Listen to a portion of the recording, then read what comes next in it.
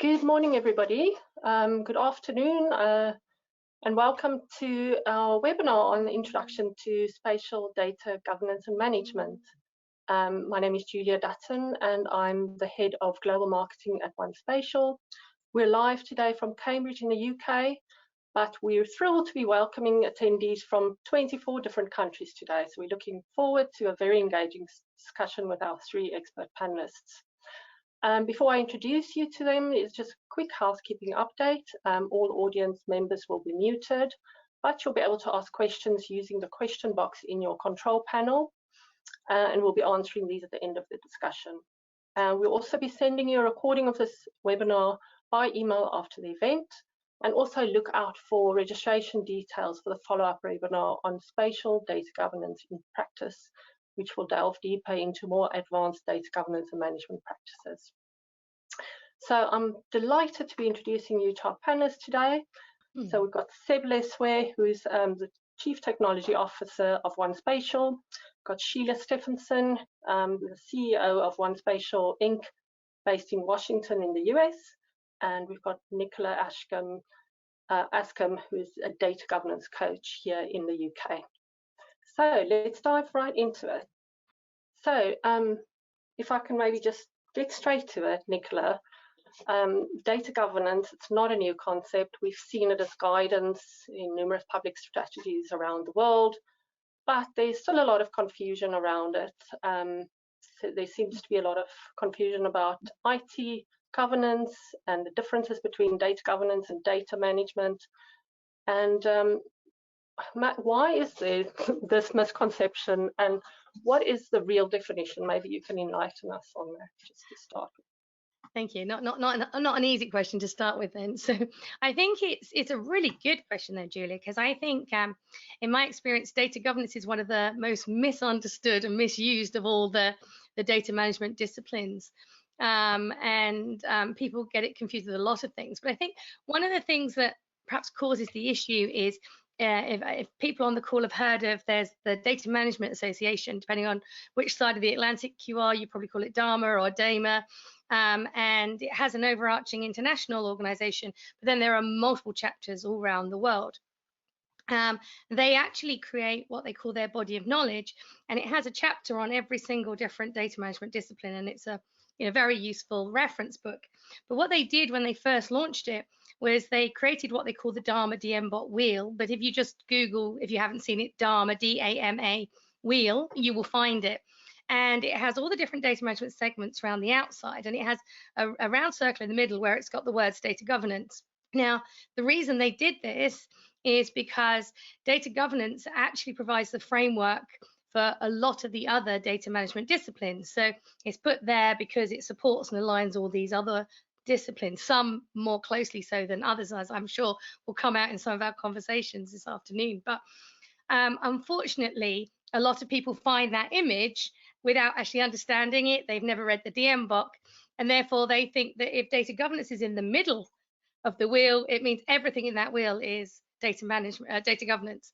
And I'll be honest, it's caused a lot of my clients quite a lot of stress, because it's quite daunting to do data governance, let alone then suddenly going, I've got to do security management and data warehousing and master data management, and they're all just like, So that's kind of why the confusion happens a lot. And I'll also be,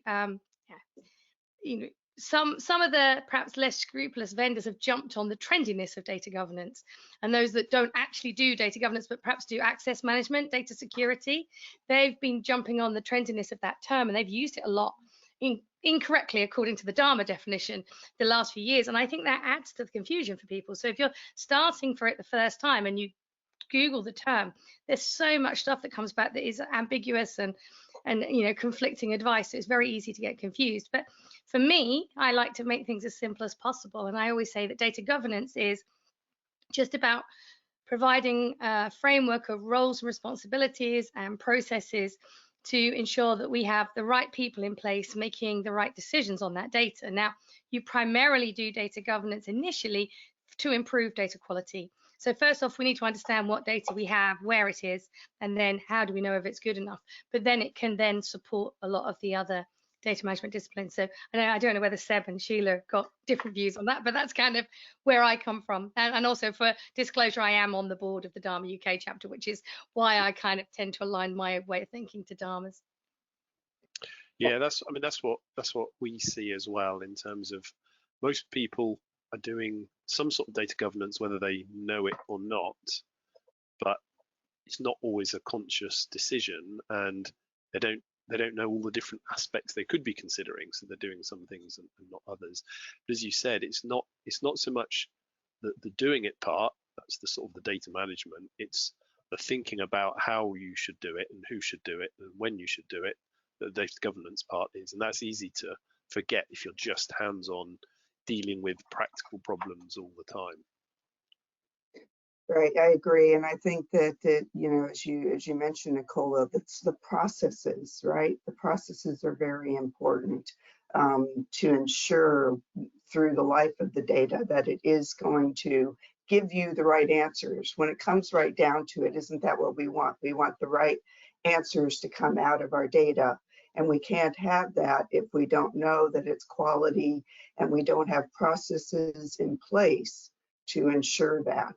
And so I think, like you say, the Dharma wheel can be a little bit daunting when you look at it, but it's those pieces and parts that really apply to your business that you use to ensure the data governance. So what happens if you don't actually do data governance? What have you seen, you know, maybe with working with clients, if you've, what is the typical symptoms of an organization that hasn't done data governance properly? Do you want me to go first? Yeah, Nicola. So I was just waiting to see who else was going to jump in. I think I like to call them data quality horror stories, and they can be anything basically, and they can be just loads of time being wasted because people don't get the right data at the right time, all the way through to people making the wrong decisions on their data. I worked with a client once who believed they were looking at a report that showed one of their divisions to be non-profit making, so they made the, you know, very difficult decision to close that down, and found out later that whilst some of the data in it was correct, it also included the data from another department which skewed the data, but they'd already closed that part of the business down. So that's really extreme. But I think sometimes just even adding up the amount of time wasted, the bad service, the customer complaints, you know, rework, it's just quite scary. I'm sure Seb and Sheila have got some good examples as well from their experience. Yeah, I would definitely add on that, and I think about costly, how costly it can be, and costly in terms of lives. If you're dealing with emergency management data and your emergency management data is inaccurate, you know, people can lose their lives. Costly in terms of business. Let's say you're a utility or you're a transportation organization. You go out, you repave a road, and then the utility comes in and has to dig that road up, you know, 2 months later because they have to do some repairs to utilities. So if the data isn't there, it's not all there, and it's not available and accurate, I mean, and there's always when you start thinking about underground utilities, if the data's not accurate, people go and dig in the wrong spot, and what happens? You know, things go boom. So there's very serious costs associated to not having good data governance in place. And what we can imagine as well is that often the data governance process can help you deal with change and evolution more easily because you understand your landscape of data and where it flows and what uses it. So even if you don't have any problems today, when you make a change or you use data in a new way or you unplug or plug in a new system, you've got better prediction. You can predict as a business how that will happen or succeed or not succeed, rather than if you don't know that information, you're not governing your data processes, you don't really know the outcomes until it's too late. Right. Mm. So why do people get it so wrong? Why are they not getting it right? maybe Sheila, maybe do you want to start with that?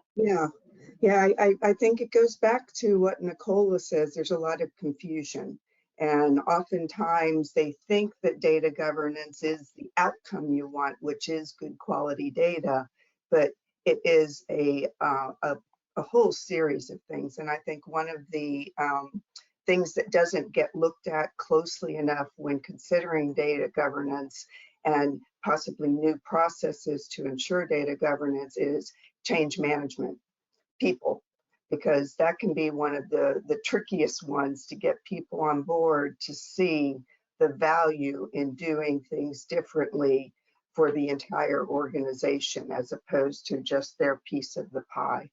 So I think that is part of it, not getting the full picture.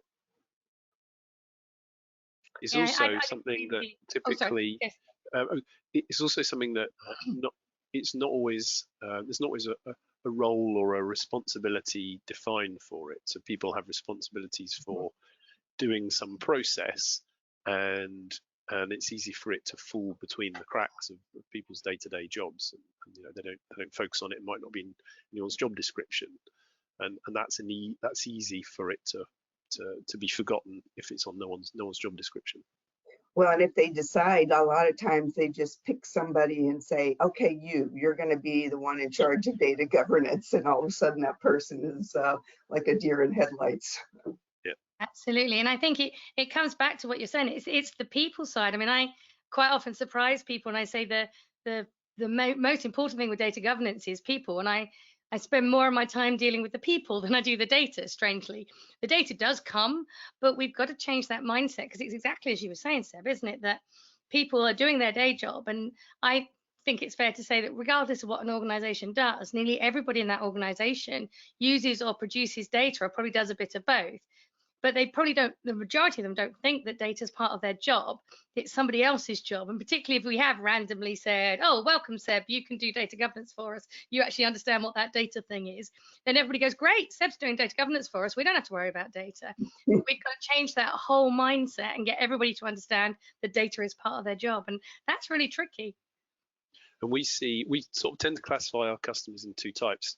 Some customers, their business is producing data. So if you're a national mapping agency or a data company, you sell data, that's your asset. Most of our customers, though, the data isn't what they do. They ship water or electricity or build roads, and the data is just a side effect of that business. And that's why it's so easy for them to overlook the value of the asset that is the data, because that's traditionally not what they've considered to be an asset in the past. Right, and I would say actually the topic of data governance, thank goodness, is helping people to better understand data as the very valuable asset that it is. Yeah, absolutely. So maybe Seb, if you can, let's move on to from any other data, and how does it need to be managed differently, or does it? Julie, you cut out there, but I think you're asking about spatial data. Yeah. Is that right? Yeah.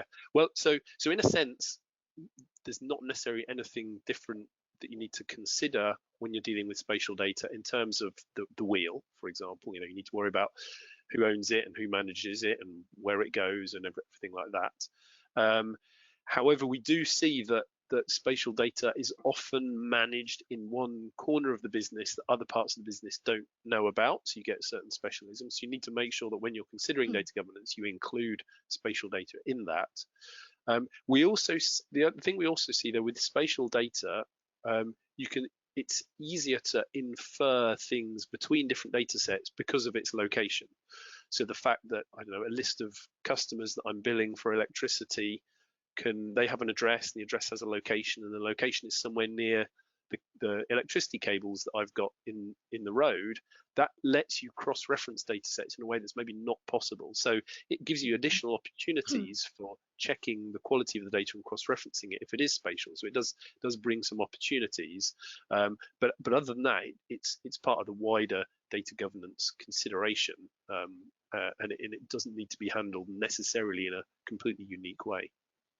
Except to the point that, at least in my experience, people have often referred to spatial data as the tough nut to crack, because validation of spatial data, dealing with things like topology and connectivity and all those kinds of things tend to be a little bit harder to validate. Now, not impossible in any means at all, but you're right, Seb, it's critical. And I like to call it making sure that your enterprise is steel-threaded. Spatial data, if you bring that into the data governance process and ensure its accuracy, it can then be utilized to ensure other data sets accuracy and make sure that everything is in alignment throughout the enterprise, which is often not the case. Right. Yep. Yeah, and I think it also, picking up what you're saying, Sheila, it's also the thing that can perhaps enable some amazing insights from what people haven't seen. I work with a client who used some spatial data to realize that they should have been providing services to disabled people in their area. But it wasn't until they put the data together, they realized where these people were, and perhaps if they were wheelchair users, they would have more challenges than others. So I think, yeah, I do think that spatial data gives you that opportunity to put different data sets together and come up with these amazing insights and hopefully improve services to people's clients. Yeah, we had various states, like I think of the state of New York during COVID, that actually figured out how to use spatial information to determine where we need to focus our efforts to stop the spread. And it worked. It was then there's a really interesting handbook written on it from the state of New York. So maybe Nicola, what types of data need to be collected for data governance project? So I think that's going to differ depending on each organization, because I think, you know, much as I'm a huge fan of data governance, I think people shouldn't just embark on it because they've been on a webinar and heard us talk about it, or they've got to understand what the drivers are for their organization. And I think the drivers are going to be different on each organization. So I think it's the finding out what the benefits are, why are you doing data governance? And then that will help you identify, you know, what data you want to do data governance on first. And I would always make sure it's something that's quite critical to your organization. So when I first did data governance, I'd worked for a bank for many years, and I wanted to dive in and fix some of the reference data codes that had personally been a bugbear of mine, but not many other people cared. So I didn't make much traction. And it was only when I switched to what's causing the most pain, what's the priorities for us at the moment, and focused on that data, that I think you see people are much more interested in buying in and supporting that. It sounds like I got lots of nods from Seb and Sheila, so presumably you think the same. Right, I very much think the same, and I think it just comes down to the simple, what data is required to run your business properly, whatever your business may be. Mm. Nicola, you mentioned some of those, sort of that starting process. What do you see as a way of handing out or creating roles and responsibilities? I think that's always a tricky one. I think the thing I like to do, well, first off, is do what we've just said, find the drivers for your organization, because you can't even start to talk to senior stakeholders if you're saying, oh, I think we should do data governance, it'd be best practice and all our data will be great and we'll live happily ever after, because that's what I did in the beginning 20 odd years ago. It doesn't get you very far. So I think you've got to do those drivers. But then the thing I love to do next is create conceptual data models per business function. Get people to, and really high level ones, not detailed data modeling. You don't have to be a data modeler to do them, but to get people to start telling me what data do they use and produce in that area. And it's not detailed, but it starts giving you this really good overview. I mean, let's take spatial data for an example. You might find that actually spatial data is only used in one area, but it's critical, so we know which area to go and look at. Or actually, we could find it's used in multiple areas across an organization, which is more usually the case. And therefore, that data is coming up and we're being told it's either causing pain or it's a priority or key critical data in multiple areas. And that's a really good way. And I think whilst doing those conceptual data models, what I normally ask people is, without having formally designed a data owner role, is just say, do you think you own any of this data? And because they've been sitting talking to you about it, they're much more likely to say, yes, I think we do.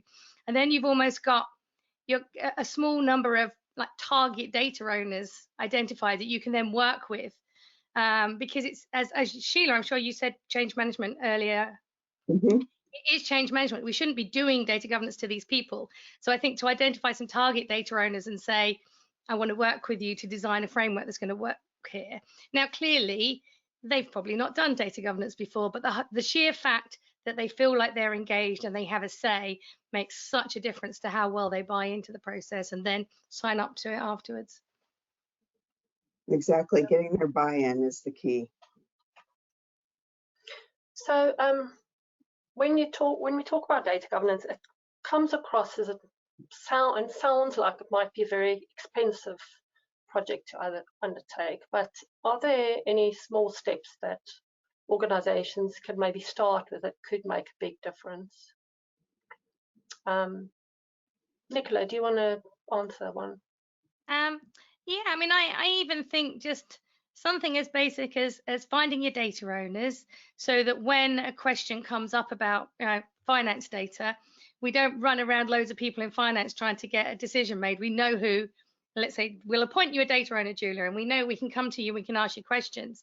That's really simple, but it starts giving us a point of reference for all decisions about that data set. That starts making people's lives easier. I love to do the definitions, get them in a data glossary or a data catalog, but that does take time. So the other thing I would do fairly early on is to create what I call a data quality issue resolution process, because all the other stuff is really valuable in the long run, but it takes a long time to put in place. So, but if I can get people telling me their current data quality issues and I can fix some of them, I'm demonstrating some value, which gets people to say, oh, that data governance thing's quite good. I'd like to do some more of that. Yeah. Right. I think you can help them when you can help them understand where their data quality is currently. That takes away some of the fear because they think that's going to be a very arduous task. And as far as the expense goes, I'd go so far to argue that how much is it costing you not doing data governance?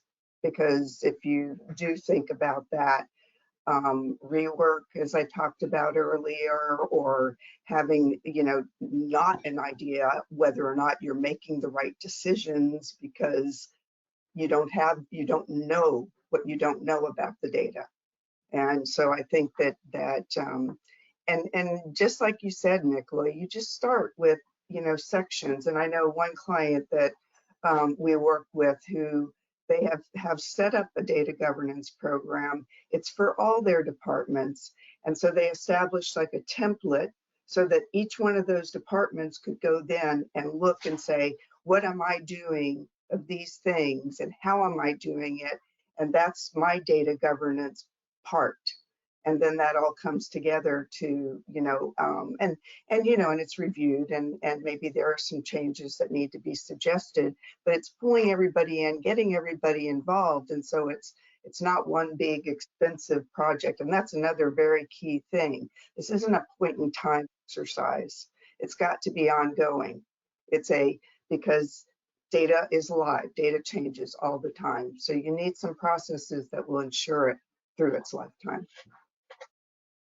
Yeah, that I think that's key in terms of it doesn't have to be a big bang project where you do everything, because actually the data governance aspect might just be finding out what we don't have in place yet, and maybe putting all those things in place becomes expensive, but you can do that over time. You can do cost benefit on each one, but the first thing is finding out where the weaknesses are, and you can do that relatively quickly and then expand on that. And if you get these sort of mindsets in place, then when you do the next piece of work, you'll do it with a good data governance approach from the beginning, and then it doesn't necessarily cost any more. In fact, it may be cheaper in the long run for all the ongoing work all the new work that you're doing.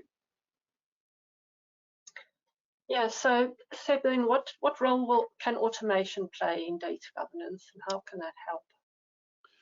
We, I mean, from one spatial's point of view, automation is everything that we focus on, and it's certainly we see it in a few places. So when we're enacting the management tasks we need to do that we've discovered through data governance, then as Sheila said, what's key is it's not say we're doing a, I don't know, data cleansing or a data conflation project. That's not just a one-off task, that's an ongoing maintenance process that runs in the background. And the only way to make that really embedded and to keep maintaining the quality is to have the automation in there. So from our point of view, automation is a key part. When you're enacting the things you've discovered or you've decided to do through the governance process, but also it helps with the part at the beginning of understanding what your level of data quality is in order to work out what we need to do is the automation of going out and just running rules and on data to see where we are, because it might be that the answer comes back is actually we're in quite a good shape for the usage of this data. Maybe in future when we need to use it for X, we'll need to do something, but for now it's good. Or it might tell us actually there's all sorts of hidden problems in here we didn't know about. And again, doing that in an automated way and not relying on asking people's opinions or doing some sampling of the data, which is takes time and doesn't give you the whole view of things, is very important.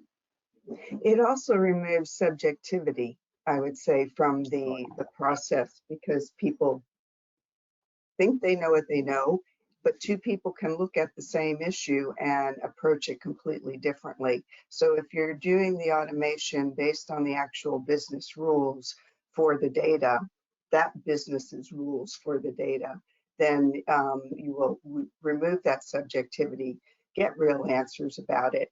And on top of that, using automation to then go and help with some of the cleansing and some of the integration of the data and the assessment across the organization, as we've talked about, can greatly reduce the time and effort and thus cost to the data governance process. Yeah, then it's evidence-based, essentially. It makes it a bit less personal if people are protective of their data. And so earlier we spoke about data changes and how it can affect a data governance project. So I'm assuming automation will then dramatically help with that as well. Yeah,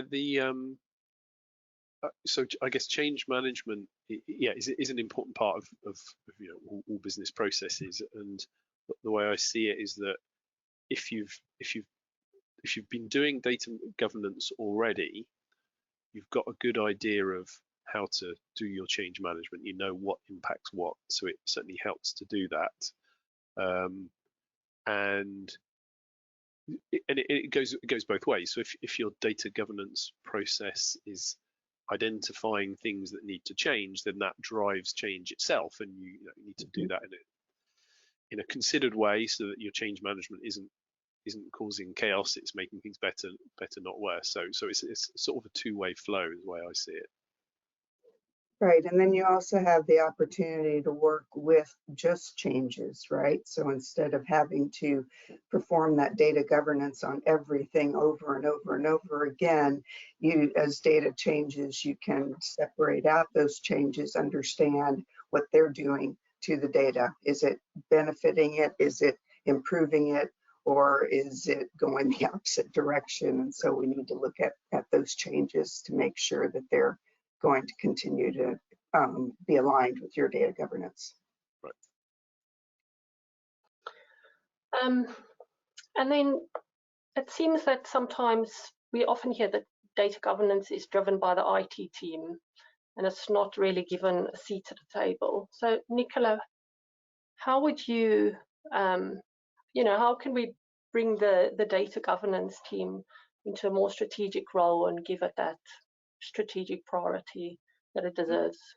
Yeah, I think that's a good question. I think luckily I'm seeing it less these days, but still happening more than I'd like it to. And I think the thing is, I don't think IT are trying to do it from a bad perspective, that they've seen the pain that the lack of data governance has, and they obviously want to then drive it.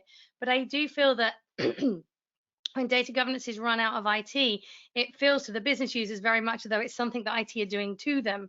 And as we keep coming back to this change management, we need the actual business to step up and say, oh, I understand this data, I own this data, I should be making decisions about it. So I think when I actually say I think it's on one of the free reports on my website where I say that's one of the top mistakes is running data governance out of IT. But conversely, I have helped a number of clients over the years who it's been adamant that this is the only way it's going to get funded and done. It has to be done out of IT, and I have helped them do it successfully. But I think what they have to do is almost like forget that they report into IT, make sure they're seen very much as working with the business, engaging with them, getting the business to make decisions. And I think it all comes back to what we've already mentioned is understanding what are the benefits we're trying to deliver. And when we're talking to stakeholders, explaining what's in it for them. So not spouting off the generic, we're going to save money, we're going to do this, that, and the other. It's like, actually, I know your team wastes 20% of its time because these systems are not integrated. And if we could actually get them integrated properly, wouldn't that be great? And therefore, you're helping people. And I think that's what we always have to kind of be able to get people to understand, that we're only ever going to get a seat at the business table side of things if we can explain to them what's in it for them, and that we're not doing it for fun. I think, unfortunately, the title data governance makes people lump us in the same bucket as compliance teams and legal teams who just read a regulation and toss it over to the business and go and comply with this. And that's not what we do at all when we're doing data governance. We're helping the business manage their data better for them to benefit, not to just meet some arbitrary rules that the team's thought up. Well, have you seen, Nicola, that it might be sort of pushed to the IT because people tend to confuse it with data security. Data security obviously being one part of data governance, but not the whole picture. Yes, yeah, I do see that a lot, and because obviously data security is another segment in the Dharma wheel, and I've seen it does happen. I think people just think anything data, and then if you look at that Dharma wheel, an awful lot, if I would say the majority of them, are IT specialisms.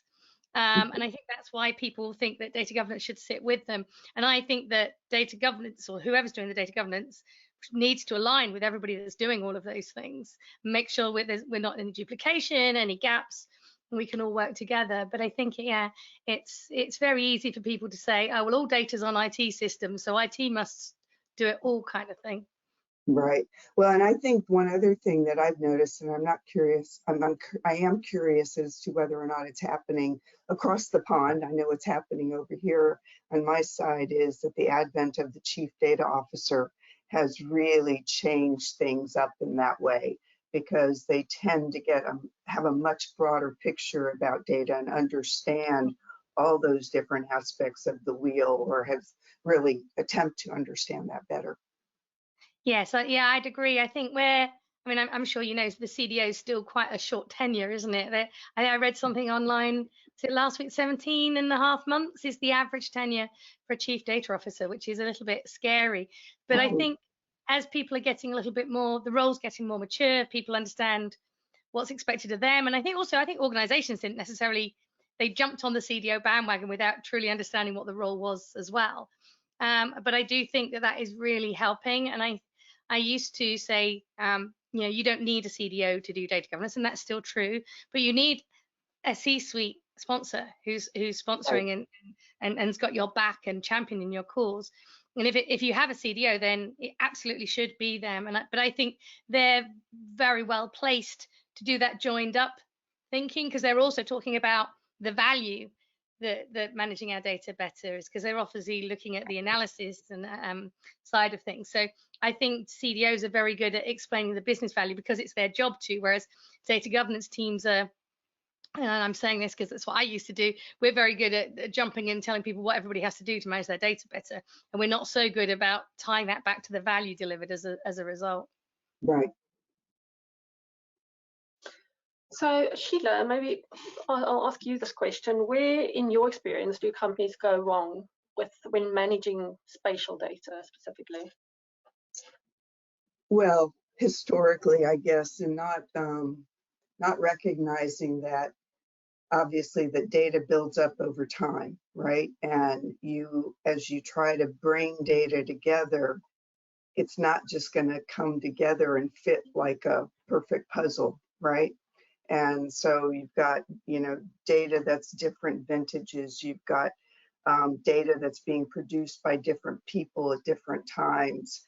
and not recognizing these differences and putting enough import on the metadata of the data to better understand how to utilize it, what is a real authoritative source, what's not.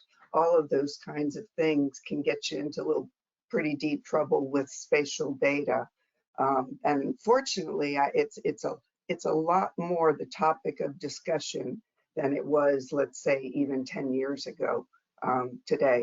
So, and I think that that's going to lead us in the right direction. And just even the data governance concept being out there and being as active as it is really helping a lot with that, I would say. And I suspect we see similar problems, whether it's spatial or non-spatial data, which is a lot of duplication and staleness. So someone will copy, whether it's a list of customer contacts or whether it's a spatial data set, another department or another individual will copy it. I'll use it. It's now stale. It's now not being maintained. We're not quite sure how old it is. It's hard then to cross-reference it, and that feels like one of the really common things that people do.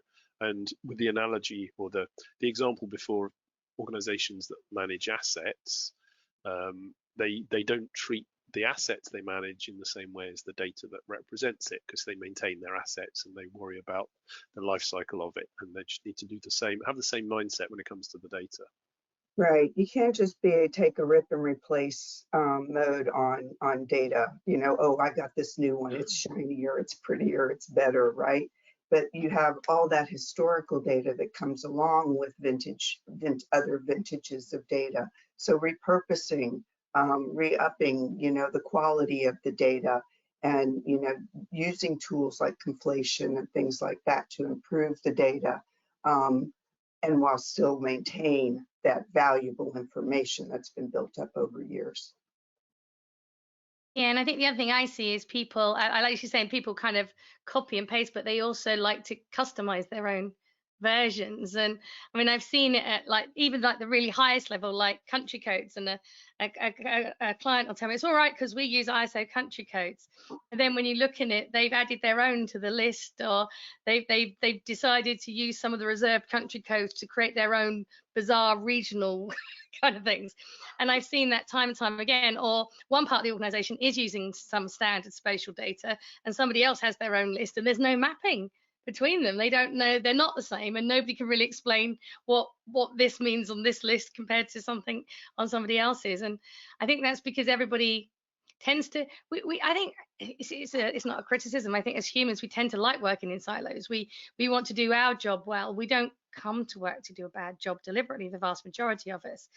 But if it's too hard to go and get the right data, we'll create our own version of it and maintain that without telling anybody else. And we're probably blissfully unaware of the impact and the problems that's causing other people. Right. Standardization is important. Definitely. So what kind of metrics do you need to use to assess if you're actually doing data governance correctly?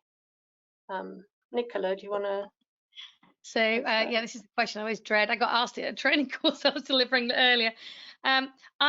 I wish there was a standard set of metrics that I could say to people to say, do this and you'll know you're doing well. I think in the early days, a lot of people, and me included, report on progress. How many data owners have we identified? How many have we trained? How many definitions have we written and got approved and things? But they're just metrics of how we're progressing, not is it actually delivering any value. And I've not yet found a standard metric that I can tell my clients do this. So I'm hoping that Seb and Sheila are going to say, here's the silver bullet for you. But I think what I end up doing with a lot of my clients is reporting, sometimes in a more qualitative way, but on the value delivered as a result of doing it. So we can talk about hours saved or money saved. But we can't, it's not always the same for every issue that we come across and solve. So we can't always standardize that. So whilst, as Sheila said, the vast majority of what we're doing when we're doing data governance is seeking standardization, the one thing we can't standardize is our measurement of success. And say, unless I'm keeping my fingers crossed that Sheila and Seb have some amazing ideas for me. I have one.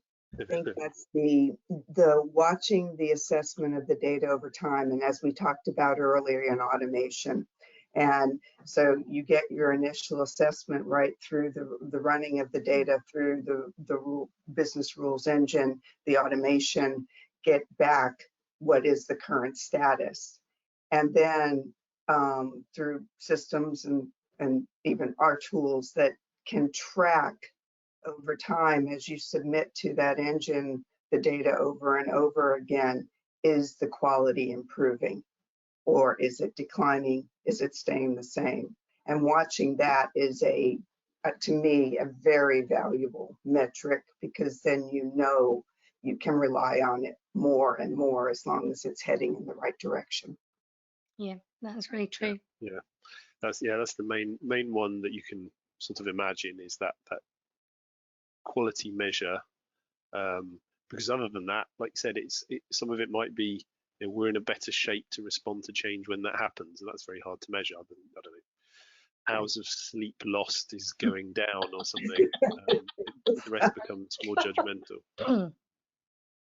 But it's funny, when we start having the discussion about, do you know the quality of your data? I've always said, I think people want to just bury their head in the sand, because it's scary. It's scary if you find that your data has a lot of issues, right? And how am I going to deal with all those issues?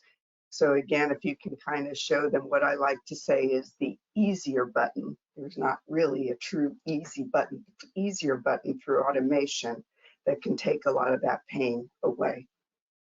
People always think that their data is worse than everyone else's, and everyone thinks that their data is worse than everyone else's, and actually most people are in the same boat, we find. Yeah, I think so. And I think sometimes the data is good enough for perhaps the process they're using it, but they don't have any proof.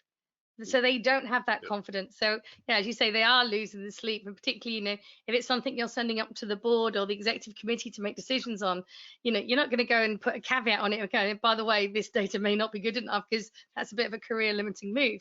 But they're the people that are going, I'm really not sure that the data is good enough. It may well be, but until you put in place these processes, you don't know. And one other metric I think is, how much do your people trust the data? And is that trust increasing, or is it decreasing? I know a very large organization that we work with, that's what they said to me, is that they had to get their constituents to trust the data they're providing. Yeah, I think that's a really good point. And actually, and another client was talking about that recently, about doing surveys. So not full-blown data maturity assessments, but just a simple survey to go out to the users going, do you trust this data? Give them a really good feel for, are we making progress? Yeah. So what about data governance maturity then? And I know this is quite a mouthful, but how do you actually go about measuring the maturity of your data governance in your organization? What do you use as a benchmark? Maybe Nicola. There's loads of I think it's loads of consultancies and tools available online to do it now, and I think some of them are really good. So, but I think you need to caveat it a bit as well. I think some people spend too much time and effort on that when they could have put some of that effort on actually doing data governance. So, I think the worst extreme I've heard was an organization had a team of, I think it was 3 or 4 consultants in their offices for 3 months, keep bugging everybody, asking them loads of questions. And they delivered a really long PowerPoint that the person in the company who commissioned it didn't actually understand it. So they actually paid me for 2 days' work. I had to spend 1 day wading through the slides to understand it, and 1 day running a workshop to explain to them what it said. And I got to the end of it, and they said, what's my recommendation? I said, I wouldn't do that again. You've got to do something that's a bit simpler, because they spent a lot of money on that, and they could have spent that on resources to help them do data governance and improve the quality of their data. So I do think there's great value in doing data governance maturity assessments, but I think you've got to temper it and do something that's useful, I suppose, and practical in the amount of effort. And to be fair, it comes back to what you were saying, Sheila, in like measuring trends with data quality. We also want to measure the trend in data maturity. So if it takes 3 months every time, we're not going to do it very often. We want something that's manageable, perhaps a relatively short questionnaire that people can fill in once a year or something, and then the results can be automatically collated again. So I don't know what Seb and Sheila's experience is of maturity assessments. All I would add to it is I think, you know, it's never going to be completely mature because things are changing, right? But I do believe that once you have processes in place and people are thinking about the quality, people are thinking about it and enacting those processes, following those processes, then you've got the basis for something that can be long-lived. Yeah, and it feels like the sort of maturity assessment can be a fairly lightweight task. It can be, you know, if you can do it fairly nimbly, because it's the important thing is you talked earlier about the Dharma wheel, and the important thing there is knowing what you're not doing or what aspects you may not have even considered. Oh, okay, yes, part of data governance is thinking about X. Oh, we're already doing that, or we're not doing that, or maybe we should. But just knowing that you've considered all the aspects can give you a quick idea of maybe where you fit without needing any huge projects to calculate it. Mm-hmm. Yeah. Well, thank you very much, Nicola and Seb and Sheila. We're going to take a few questions from the audience now. We just have a look here. Here's one, probably for Nicola. So what is the difference between master data management and data governance? Ooh, another big question. So master data management is one of the disciplines on the outside of the Dharma wheel that we keep referring back to. And master data management is all about the data that is perhaps used repeatedly across an organization.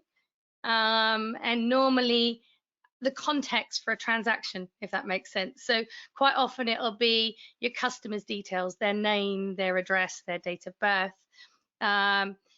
It's things that you then put things, you attach things to. So you were talking about utilities earlier, weren't you, Sheila? So let's take an electricity supply company, because we all, well, most of us, not everybody's, many people are lucky enough to live off grid, but most of us will be paying an electricity company for our electricity. So they will have our name and our address, our location, but they'll also have our latest meter readings, whether we've got a smart meter or whatever. They will know how much electricity we're using. Well, the details about that, how much we're using and how much we're therefore paying for it, is very transactional.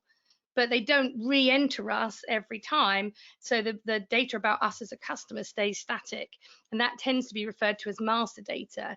In an ideal world, we would love to have that mastered on one system, so we know everything there is to know about that customer, or that we know about them. I would say data governance is absolutely vital, because you can't start matching and merging data and creating that golden record, as it's often called, if you haven't got good data governance in place, because there's every chance we'll match and merge the wrong records. And I think, I mean, as far as I'm concerned, it'd be interesting to hear if Sheila and Seb think differently, but I think spatial data is master data, because there's a special type of master data called reference data. And this tends to be, again, data that you use in context around all the transactions.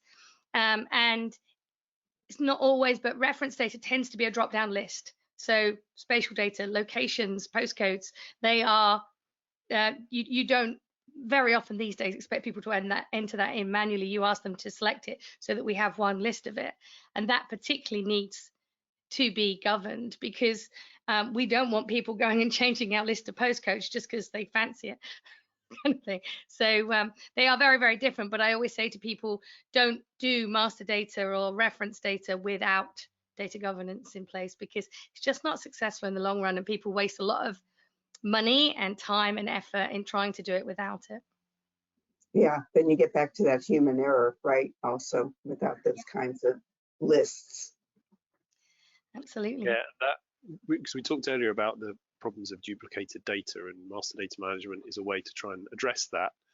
So, like you said, Nicola, it's you'd like to have a single sort of set of, I don't know, customer lists that's used throughout the business, that you're not, you're talking about the same set of people, and that doesn't necessarily mean you have to get all your systems to integrate and talk to the same database and be one magical huge system. The reality is you'll have different systems in different areas and different departments, but at the very least you'll need to synchronize the data between them so you know, if I this is where, if I add a new customer, it goes into this place, and when I do that I need to propagate those customer IDs to all the different parts of the system. So it doesn't mean you have to merge everything magically into one thing, but at least get the cross references so that the data's flowing through and you can deal with the changes and not just forget that change has happened in one part of the system. Right. And another one here about data cataloging. Where do we start with putting together a data catalog? Seb, do you want to take that one? Well, I guess in the spatial world, data cataloging is a sort of a recognized thing, and there's software out there to help you do it, so that it probably helps that people are already often in that mindset. But it helps to address some of the problems that data governance is focusing on, which is what do I actually have, and where does that data live, and what is the metadata? So metadata is information about your data. So where did I get it? How up to date is it? Who owns it? And that's the sort of thing you can capture for spatial data, particularly a catalog. Because another question you'd ask for spatial data is where is it? So have I got any data in this area? And what format is the data in? So for spatial data, yeah, catalogs are a really good way of recording what data you have and where it is, so you can go to one place and see what's there. And equally for other aspects of data within data governance, it would be a typical task you do as you're starting to understand your data landscape, is just record who's got what and where and what's it doing. And then one last question here is, are there any rules or standards that we can use for data governance? Sheila, do you want to? Sure. Yeah, I'd say that it's, I'm sure there are some base rules, right? But I think on the standards, it's going to depend upon the business or the use case, because I'll use an example, emergency management. There's a NINA standard, and this is what your data needs to look like in order to be ready for 911 purposes or for emergency purposes. There are standards established by federal entities for like transportation data and for utilities. And so you can utilize those standards and again, look at them with regard to your business, and they may need some tweaking, but they're a really good guideline on where to start with looking at whether your data is meeting the data requirements. Nicola, do you have a different experience or? No, I agree, and I think that there are relatively few sectors that have very defined standards like that, and I think it's almost like it would be lovely if there was a nice list and we could just go, great, this is what we do. But it seems to work and be much more successful if you go to the consumers of that data in your organization and say, how do you know this is good enough? And almost like get them to help you write the business rules and therefore the standards for that organization. Yeah, we often work with what we call the subject matter experts within the organization and say, really help drive them to what must the data look like in order for you to do your job? And then they start thinking, okay, yeah, well, this thing should be connected to this and this, and it just sort of starts building out the puzzle. Well, thank you very much, Nicola and Seb and Sheila. That was really very interesting. I'd just like to remind you of our next webinar that's coming up in April, which will be a deeper dive into spatial data governance in practice. That's taking place on the 19th of April at the same time. We'll also be sending you an email with details of how to register for this. And then we're also quite excited to be releasing OneIntegrate version 4 next month, which enables automated data governance. Keep an eye out for information about how OneIntegrate can help you automate your data governance processes. And we'd love to continue the conversation with you about data governance and data management. You can contact us in different ways, and you can also follow us on LinkedIn and Twitter. Contact details are below. And thank you very much, everybody, for joining us today, and have a good day. Thank you. Thanks, Julia. Thanks. Bye. Bye. Bye. Bye.